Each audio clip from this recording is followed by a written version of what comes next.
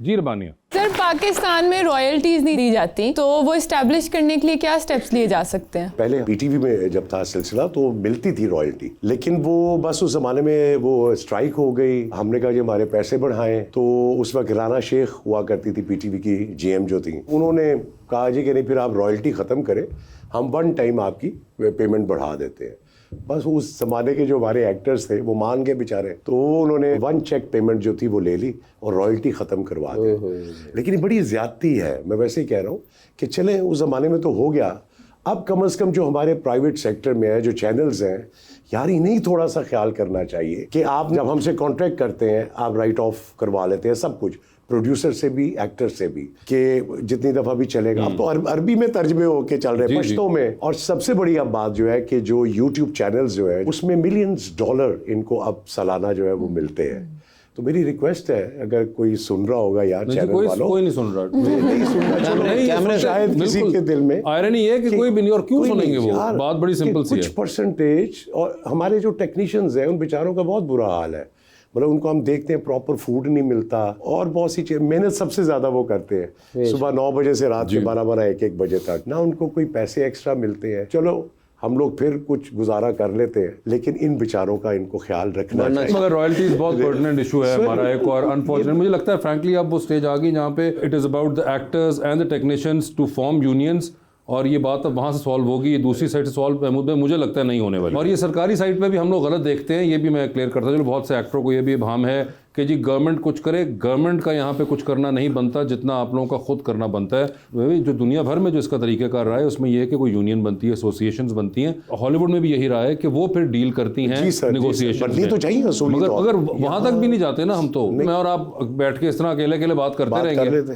Ji ma'am please. अस्सलाम वालेकुम sir, मेरा नाम आरजू है। मेरा आपसे सवाल यह है कि आपके ख्याल में इस नए डायरेक्टर और पुराने डायरेक्टर के काम में क्या फ़र्क है? बेटा, उस दौर के जो डायरेक्टर थे बहुत अच्छे थे उस ज़माने के लिहाज से। आजकल के जो बच्चे हैं वो उनसे भी बेहतर है। उसकी वजह कि अब टेक्नोलॉजी चेंज हो गई है, आइडियाज़ चेंज हो गए हैं, नई चीज़ें आ गई हैं। मैं समझता हूँ कि आजकल के डायरेक्टर्स जो है ना, सारे नहीं लेकिन कुछ बच्चे जो है वो बहुत अच्छा काम कर रहे हैं।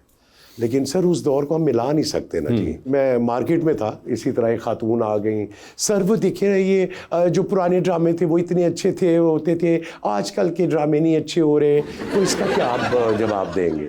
मैं कह जी हमारी सोसाइटी में देखें ना कितना चेंज आया है सर, बच्चों की थिंकिंग चेंज हो गई है। तो आपकी सोसाइटी में अब वो पेशेंस नहीं रहा बेसिकली जी।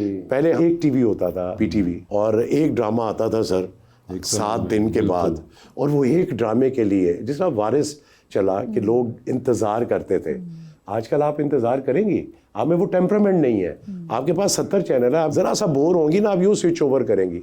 ये मुझे लगता है एवरेज अगर आप निकालेंगे ना, जिस तरह पीटीवी में 5 सेंटर्स थे और हर सेंटर का एक समय में भी 2 ड्रामे चल पड़ते थे, कराची सेंटर का हिट हो गया, एक पेशावर सेंटर का हिट हो गया। अब आप इसकी जब एवरेज निकालते हैं तो साल में 5 से 6 ड्रामे ही बनते थे। सही। आप यही एवरेज जब आजकल में निकालेंगे, अवेलेबिलिटी आपके पास ज़्यादा है, आपको शायद साल के 36 सीरियल देखने को मिल रहे हैं, मगर उन 36 में से 3 या 4 की एवरेज आपको मिल रही है कि वो आपको ऐसे ड्रामे हैं, चाहे वो कभी मैं कभी तुम है, चाहे वो तेरे बिन था, ये एवरेज आपको 3-4 की मिल ही जाती है, बैलेंस आउट हो जाता है। सिर्फ सोसाइटी में जो चेंज आया वो चेंज हमारे ड्रामों में आया, और ऑफ कोर्स पसंद ना पसंद मुझे लगता है वक्त के साथ तब्दील होती है।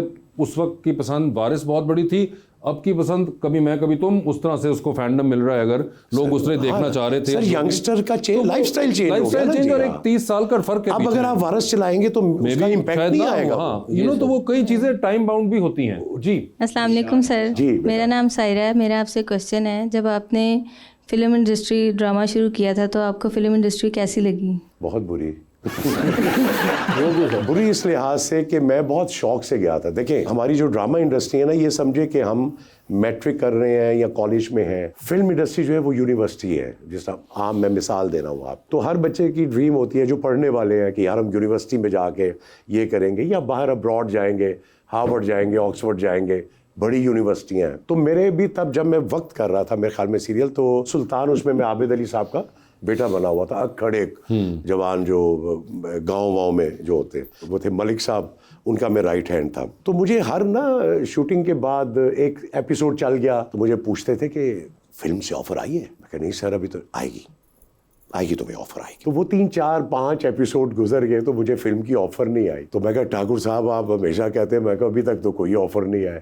साहब यकीन कि मैं घर गया तो नज़र शबाब साहब की कॉल आई हुई थी। अच्छा, लैंडलाइन होते थे, मोबाइल्स तो होते नहीं थे। तो वो फिर मैंने कॉल बैक किया, उनके साथ बात हुई। तो उन्होंने मुझे फिर पहली जो फिल्म थी एक से बढ़कर एक, उसमें मेन विलन के लिए उन्होंने मुझे उसमें मैं बड़ा हंसी खुशी ओ पागल कि जी फिल्म करूंगा मैं आपको बता रहा हूँ 88, 89, 91, 92 ये 3-4 साल का दौर था। बहुत फार्मूला फिल्म्स थी, उसी पे सारी फिल्म्स बन रही थी।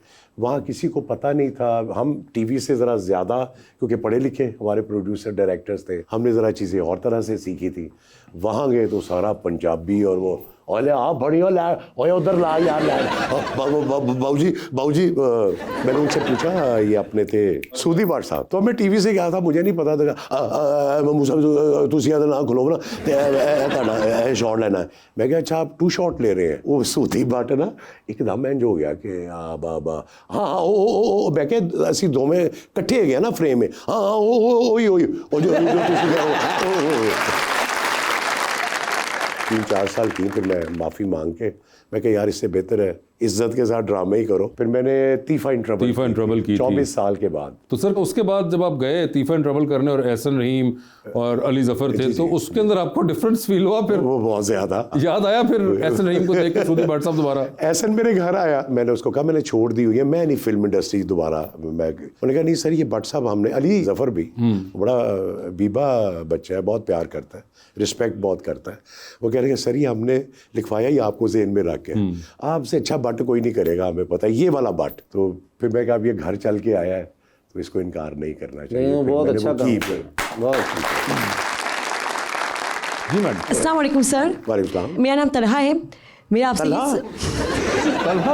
जी सर मेरा आपसे ये सवाल है कि आप ना सोशल मीडिया बहुत ज़्यादा एक्टिव हैं, तो क्या आपके ख्याल से इसने हमारी सोसाइटी में पॉजिटिव साथ आए हैं या इससे हमारी सोसाइटी में नेगेटिव साथ आए हैं? नेगेटिव की तरफ ज्यादा है मेरे। नेगेटिव की तरफ ज्यादा है, ये है आपके सवाल का जवाब कि नेगेटिव की तरफ ज्यादा है, जो कि नहीं होना चाहिए। हाँ लेकिन है वो, लेकिन है। जी मैडम। अस्सलाम वालेकुम सर, मेरा नाम ईशा है। सर मेरा आपसे क्वेश्चन है कि आपने जब ये फील्ड ज्वाइन की थी, ये आपका खुद का डिसीजन था या फिर किस्मत की वजह से आप इस फील्ड में आए? किसी एक्सीडेंटल तौर पे आया था मैं, मुझे शौक वॉक नहीं था। शौक भी नहीं था? नहीं सर, कभी भी नहीं। बचपन में ना याद है पीटीवी पे 73 और इसके जो इलेक्शंस हुए थे, तो इलेक्शंस में होता था कि सारी फैमिली जो है एक ही कमरे में, टीवी एक ही होता था, तो सब बहन भाई सब बैठ के सारी रात तो इलेक्शन जो रिजल्ट आते थे ना हम वो सुना करते थे। उसमें मोइन अख्तर साहब अल्लाह उन्हें जन्नत नसीब करे, एक्सीलेंट एक्टर, वो उस जमाने में ना 1 मैन शो किया करते थे। तो उसमें वो डिफरेंट एक्टर्स की वो आवाजें निकालते थे, ट्रेन की आवाज को यूं की चीजें। मैं 10-11 साल का होऊंगा मेरे ख्याल में, 11-12 साल का। तो मैं मोइन साहब को कॉपी किया करता था, सब फैमिली में उसकी नकल उतारे, अब उसकी नकल उतारे।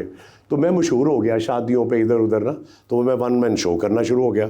12-13 साल का लड़का। मैं जब FC कॉलेज में गया ना सर, तो जब ड्रामा अनाउंस हुआ वहाँ पे, शैतान एक ड्रामा था, सूफी निसार अहमद साहब अल्लाह उन्हें जन्नत नसीब करे, आबिद कुरैशी साहब ने डायरेक्ट किया था। वो 20 लड़के उनको चाहिए थे सर को, 200-250 लड़का था वहाँ पे। तो वो अब वो एक तरफ से वो आ रहे थे बच्चे, स्टेज था बड़ा, टीचर्स बैठे हुए थे, तो वो एक स्क्रिप्ट था उनके पास, तो वो बच्चे आते थे, वो पढ़ते थे, वो जिनको उन्होंने सिलेक्ट करना था उनको कुर्सियों पे बिठा लेते थे, बाकी को पिछले विंग से निकाल देते थे। तो सर उसमें एक पठान कोई नाई था, उसका रोल था मेरा बीच में ना। तो वो उन्होंने पूछा इसको पढ़ो, मैंने कहा पढ़ दिया इसका ये वो नाम वाम जो भी था सर, उसका पढ़े, उसका मैंने बात किया, उसको देखे कि क्या कर रहा है। तो उसका मैंने बोला उनको, वो सर ने क्या कि ओए मुंडे ये इधर आके, इधर ये कुर्सी पे बैठो, इधर आके।